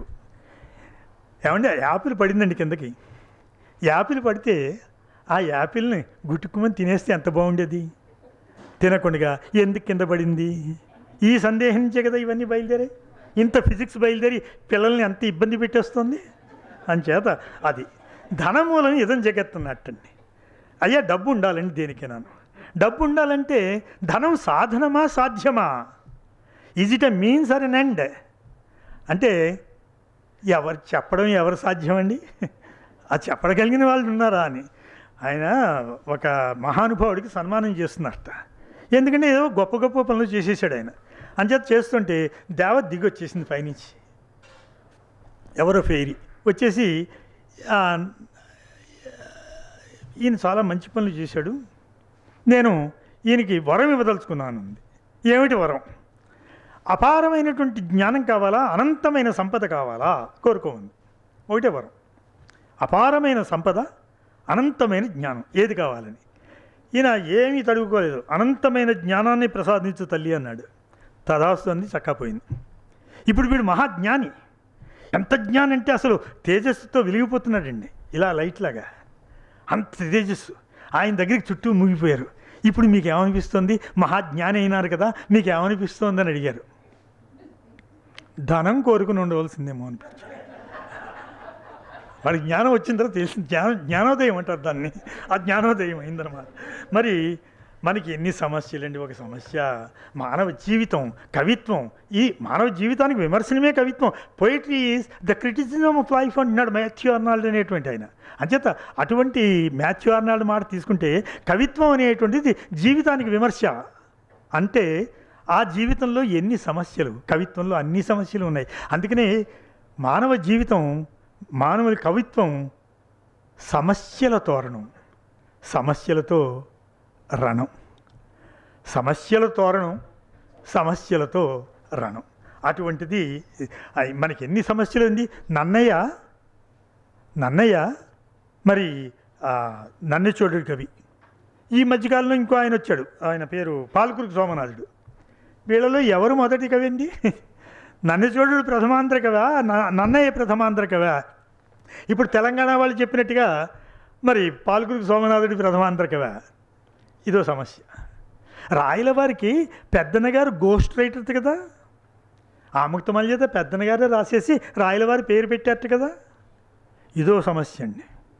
వేమన ఎన్ని పద్యాలు రాశాడండి? రాసవేమారెడ్డి గారు ఎన్ని పద్యాలు రాశాడు అంటే శతకం అండి, 100. అదేమిటండి అన్నీ ఉన్నాయి? 1000, సహస్రం అంటే 5,000 అండి. 5,000 పద్యాలు దొరికాయి. వాటిని జల్లించి 2,500 మాత్రమే వేమనవి, తక్కిన 3,000 ఆయనవి కాదు అని చెప్పి పాపం బ్రౌన్ దొర గారు తీర్మానం చేశారు. అంచేత ఇలాంటి సమస్యలు. శ్రీనాథుడు క్రీడాభిరామం రాశాడా? వ్రాయలేదా? వెనుకొండ వాళ్ళ భామాచుడి పేరు పెట్టేశాడా?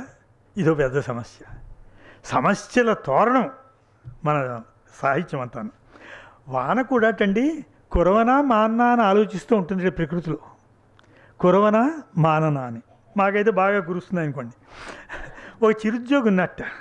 వాడిని ఆ చిరుద్యోగిని ఏమయ్యా ఎలా ఉంది జీవితం ఎలా ఉందని అడిగితే 4 నెలలుగా జీతాలు లేవండి అన్నాడు.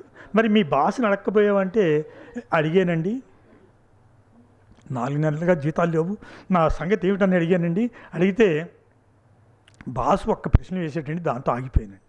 ఏం ప్రశ్న వేసాడని? నీకు జీతం కావాలా ఉద్యోగం కావాలా అని అడిగేటండి వాడు.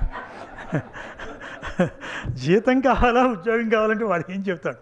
జీతం కావాలంటే ఉద్యోగం ఉండదు, ఉద్యోగం కావాలంటే జీతం ఉండదు. మరి అది పరిస్థితి.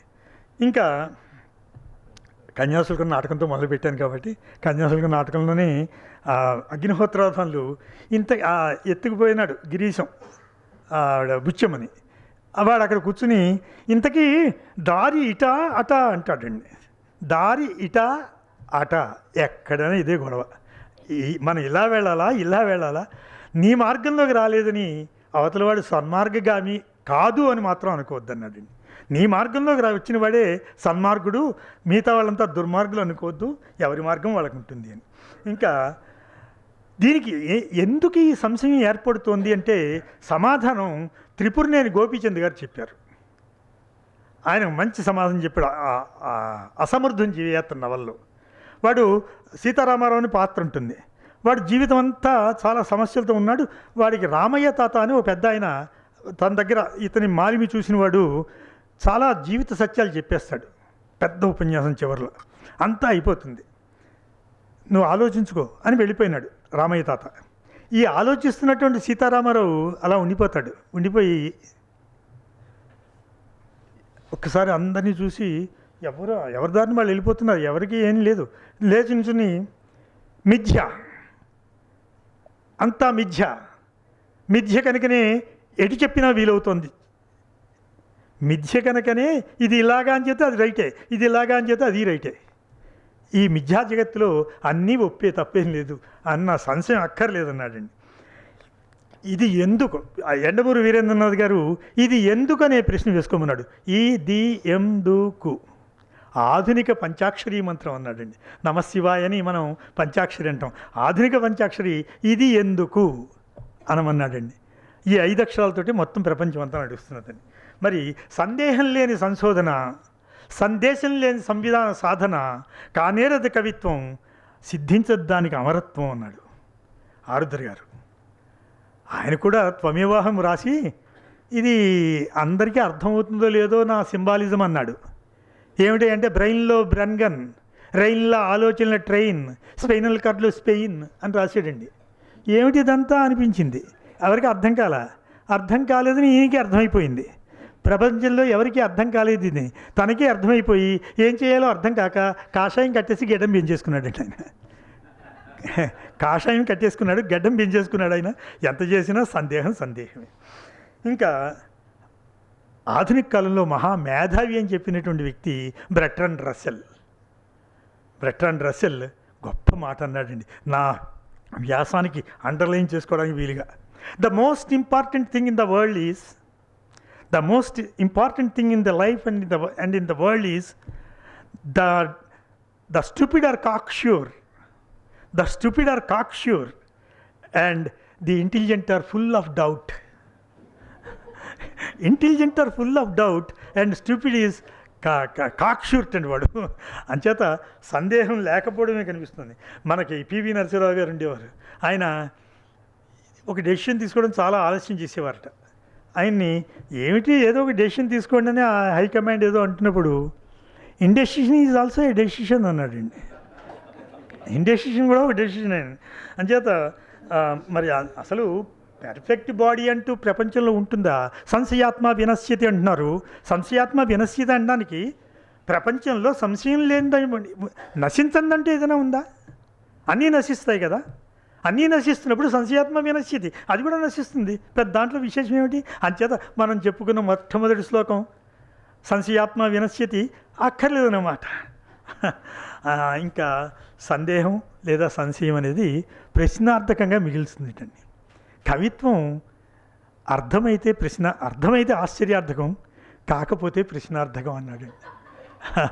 కవిత్వం అంట జీవితంలాగే, జీవితం కూడా అంతేటండి. అర్థమైతే ఆశ్చర్యార్థకం, అర్థం కాకపోతే ప్రశ్నార్థకం అన్నాడు.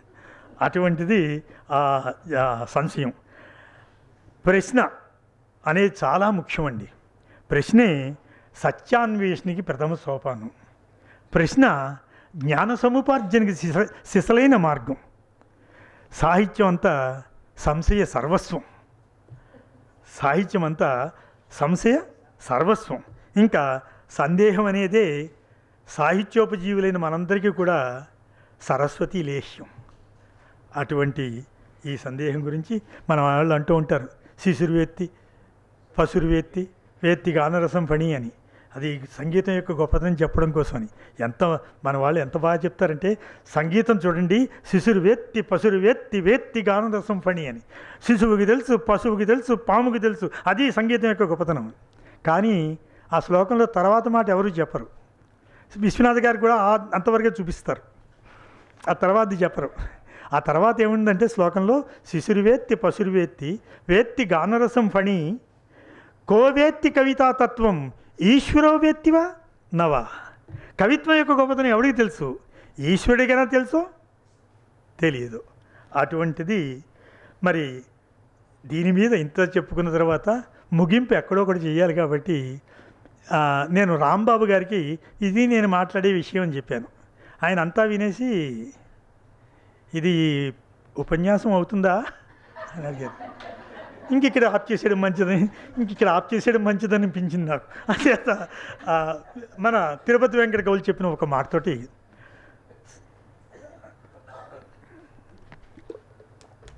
సభ చేయించునలేదు ఎంచున్ మొదలన్ సందేహము, సభ చేయించునలేదు ఎంచు మొదలన్ సందేహము, ఆ మీద ఈ సభలో ఏమిట లోపమోనో ఎంచును సందేహము, ఆ మీద ఈ సభలో ఇంతకు లాభమేమి అనుచును సందేహము. ఊహింప ఈ సభలను చేసేటి వారిపో జగతిలో సందేహ సంరక్షకులు. ఎవరు దీన్ని కాపాడుతున్నారయ్యా అంటే ఇలా సభలు చేస్తూ ఎక్కడో ఉన్నటువంటి ఒక వ్యక్తిని వీడిని పిలిచి మాట్లాడిద్దాం, ఏదో వాడికి ప్రోత్సాహం ఇచ్చినట్టుగా ఉంటుందనుకుంటూ ఒక అల్పజ్ఞుని కూడా తీసుకొచ్చి ఇక్కడ మరి నిల్చోబెట్టి మాట్లాడించినటువంటి వేద విజ్ఞాన వేదిక 139 నెలలుగా చేస్తున్న విరామ మెరుగక పరిశ్రమించినటువంటి ఈ సాహితీవేత్తలందరికీ, ముఖ్యంగా మన మధు గారు, తర్వాత రెడ్డి గారు, వీళ్ళందరికీ కూడా నేను ధన్యవాదాలు చెప్పవలసిన బాధ్యత ఉంది. నన్ను ఇక్కడ పరిచయం చేసినటువంటి వ్యక్తి కొప్పర్తి రాంబాబు గారు. వారికి నిజంగా వారుంటే నేను ఇంకా హాయిగా, ఒక వ్యక్తి నన్ను పిలిచిన వ్యక్తి ఎదురుగా ఉన్నారు, కృతజ్ఞత చెప్పుకోవడానికి అవకాశం ఉండేది. మళ్ళీ నేను కృతజ్ఞత చెప్పుకోవాలనో లేదో అనే సందేహం కూడా కలుగుతుంది. అందుచేత మళ్ళీ అక్కడికి వెళ్ళి ఆయనతో చెప్పడానికి మళ్ళీ నాకు జ్ఞాపకం ఉంటుందా లేదా, నన్ను ఇక్కడ తీసుకువెళ్ళేది ఈయన అనేది నేను జ్ఞాపకం చుట్టూ వారికి కృతజ్ఞత చెప్తాను. నేను దిగిన అక్కడ అలా నివృత్తి చేస్తున్నారని అంటున్నాను. వేద విజ్ఞాన వేదిక ఆ సందేహ నివృత్తి కోసమే కృషి చేస్తున్నది. అక్కడి నుంచి నన్ను ప్రొద్దుట నేను బయలుదేరినప్పటి నుంచి కూడా అంతకుముందు 2 రోజుల నుంచి శ్రీమతి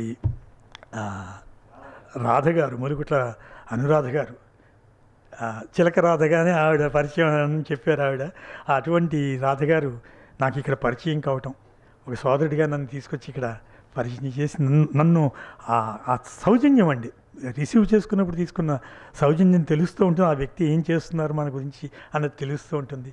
ఆ సౌజన్యమూర్తికి ప్రత్యేక ధన్యవాదాలు. మరి ఇంతసేపు నిస్సంశయంగా ఏ సందేహము లేకుండా నన్ను విన్న మీ అందరికీ సవినయపూర్వక కృతజ్ఞతాంజలు, నమస్కారం అండి.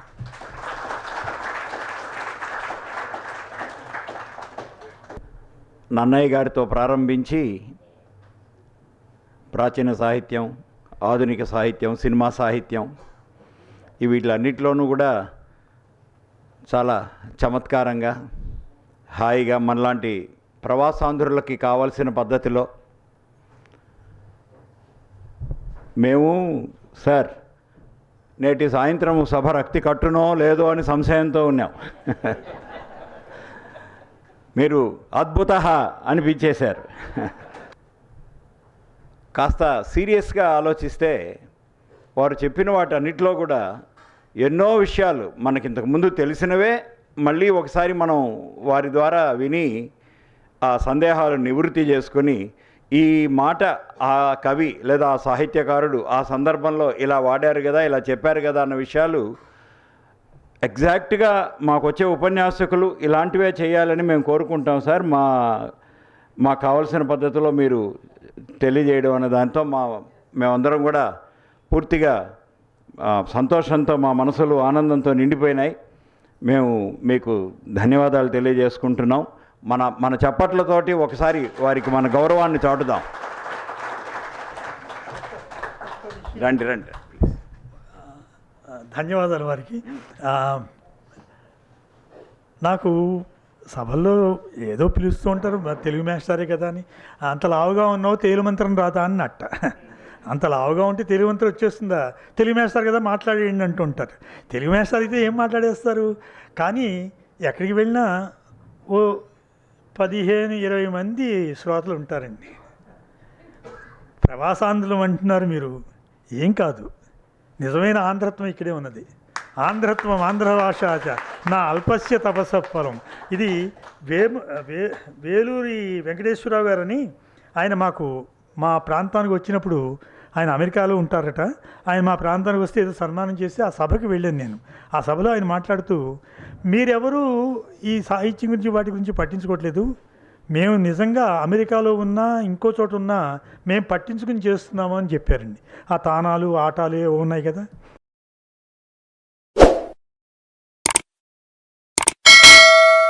దయచేసి లైక్ చేయండి, షేర్ చేయండి మరియు సబ్స్క్రైబ్ చేయండి.